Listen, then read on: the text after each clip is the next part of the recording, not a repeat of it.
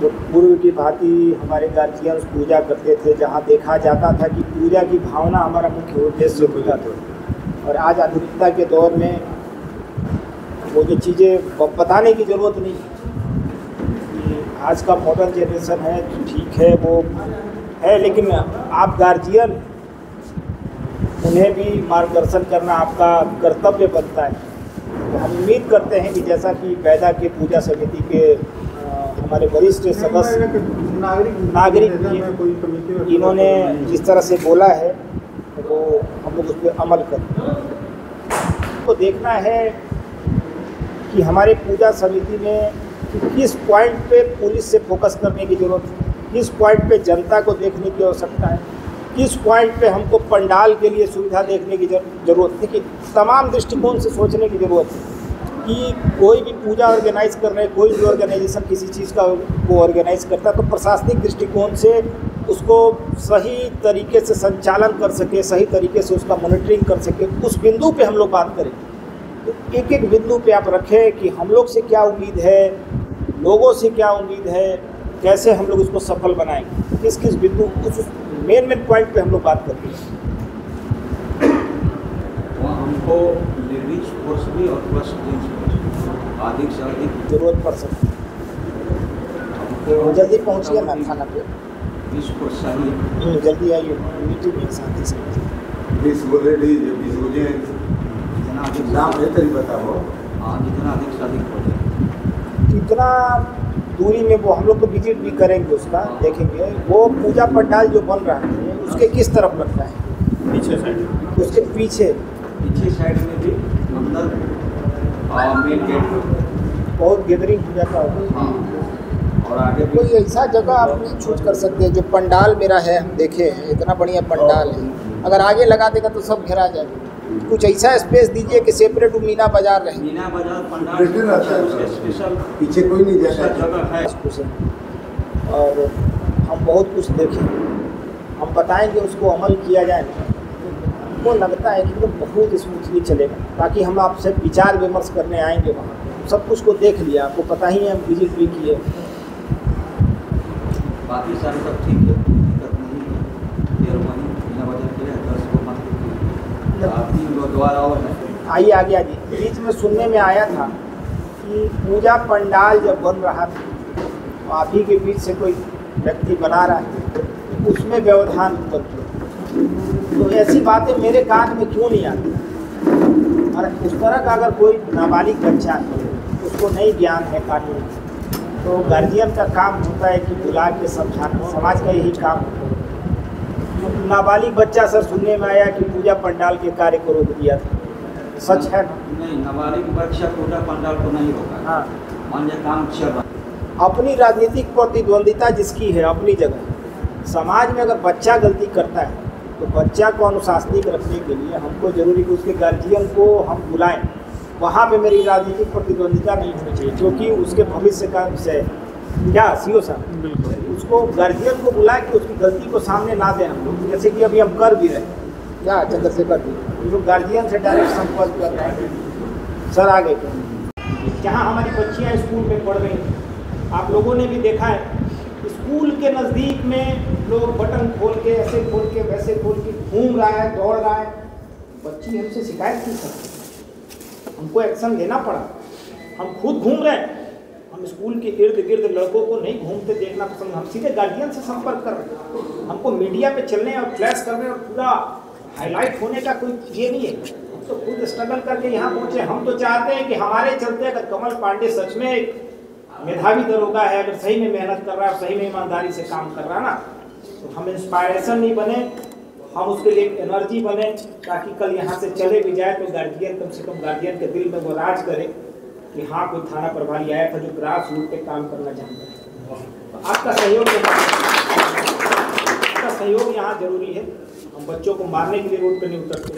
हम नियम जो है जो होता है अंडर 18 में जो लड़के होते हैं, अंडर 21 में जो लड़के होते हैं, उस एज से हम लोग भी गुजरे हैं। मानसिक उज्ज्वलता जो है वो रहती है, उसको समझाने की जरूरत है। मार उसको ठीक नहीं कर सकता, लेकिन सामाजिक स्तर पे आपके ऐसे गार्जियन अगर थाना प्रभारी और थाना से मिलके साथ खड़े हैं तो हम बच्चों को बीच में लाके अच्छा गार्जियनशिप देके उसको सही रास्ता बता के हम लोग पूजा क्या कोई भी समारोह को अगर हमारा युवा सही हो जाएगा ना तो कोई भी समारोह को सही तरीके से संचालित करते रहेंगे और हमेशा की परिपाटी बन जाएगी, तो उसको सुधार करने की जरूरत है। चलिए, तो कोई भी पूजा पंडाल बनता है सिलिकन कपड़े से, देखते हैं कि पूरा एकदम पतला वाला कपड़ा रहता है। हम हाल ही में गए थे बैदा यहाँ मुराद, हम बोले कि देखो भाई बिजली का तार जा रहा है, एकदम सटा हुआ है पंडाल के, इससे क्या हो, शॉर्ट सर्किट तो हम जानते नहीं कि कैसे क्या हो जाएगा, कहीं शॉर्ट सर्किट मारा आग लग गया भगदड़ मचेगा, उसमें कौन आता है, फिर वो एक अफवाह दे, तो वैसी सिचुएशन को नहीं आना। मतलब बिजली का तार कब शॉर्ट कर जाए कोई जानता है जी? प्लस माइनस एक साथ होता है, कभी शॉर्ट कर जाए, सिलिकन का कपड़ा है, आग लगा बवाल मच गया। वो चीजें ध्यान रखना है कि बालू और पानी होना चाहिए। हम कोशिश कर रहे हैं कि अग्निशमन का एक व्यवस्था हम अपने थाना में करा करके कहीं कुछ हो तो हम उस पर ध्यान।